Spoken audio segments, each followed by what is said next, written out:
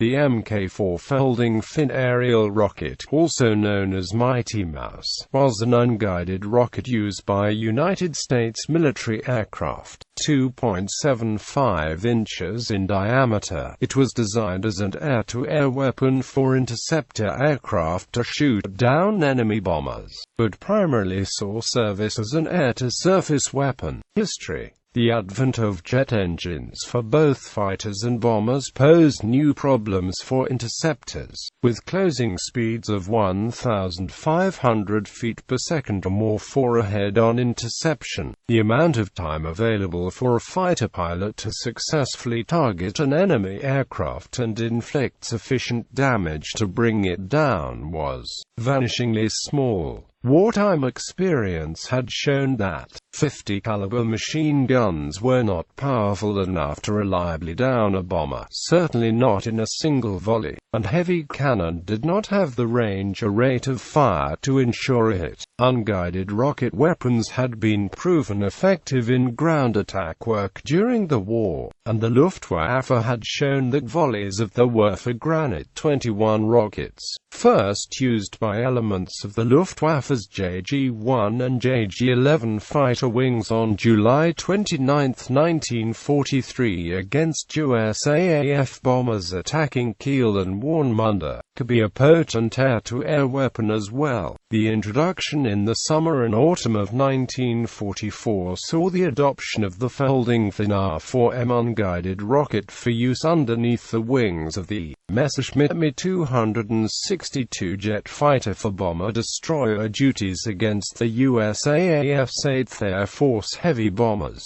The FFAR was developed in the late 1940s by the U.S. Navy Naval Ordnance Test Center and North American Aviation. The original Mk4 FFAR was about 4 feet long and weighed 18.5 pounds, with a high explosive warhead of about 6 pounds. Like the Third Reich Luftwaffe's R4M projectile of World War II, it had folding fins that flipped out on launch to spin stabilize the rocket, with the FFAR using half the number of fins in comparison to the R4M's set of 8 folding fins. Its maximum effective range was about 3,700 yards. Because of its low intrinsic accuracy, it was generally fired in large volleys, some aircraft carrying as many as 104 rockets. FFARs were the primary armament of many NATO interceptor aircraft in the early 1950s, including the F-86D, F-89, F-94C, and the CF-100.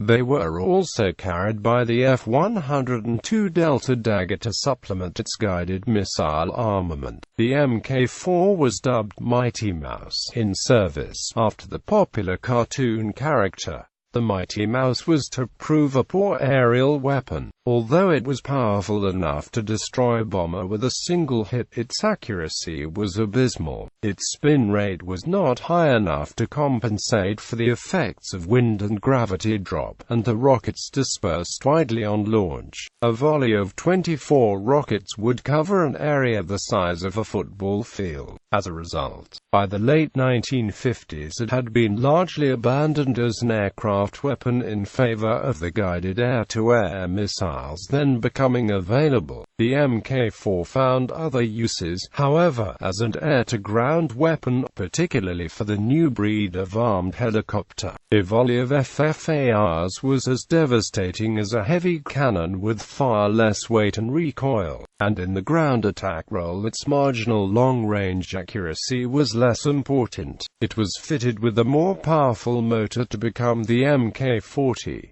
The Mk40 was a universal motor developed from the Mk4 2.75 FFAR, and could be fitted with different warheads depending on the mission. Pods were created for various applications, and a wide variety of specialized warheads were developed for anti-personnel, anti-tank, and target marking use. The FFAR has been developed into the modern Hydra 70 series, which is still in service.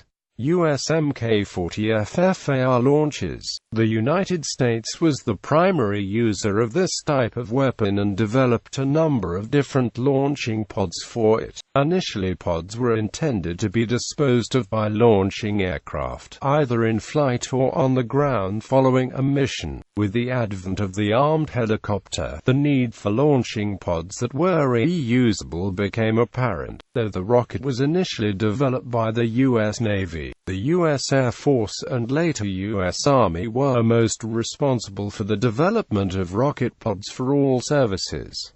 These pods are described as follows: launches designated under the U.S. Air Force system, launches designated under the U.S. Army system. Early UH-1B, UH-1C gunships had the XM-3 subsystem using paired 24-round rectangular launchers mounted near the back edge of the sliding side doors.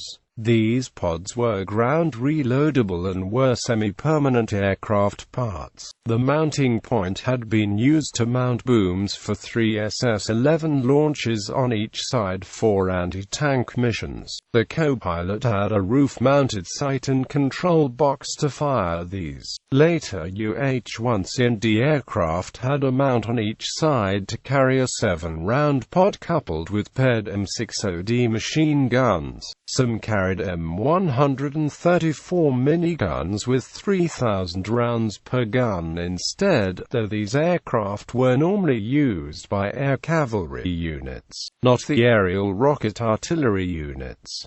Also, various ground launches using discarded aircraft pods were used for fire-based defense. A towed configuration consisting of 6 19-round pods called a slammer was tested for airborne infantry support. The range was approximately 7,000 meters using Hydra 70 family rockets.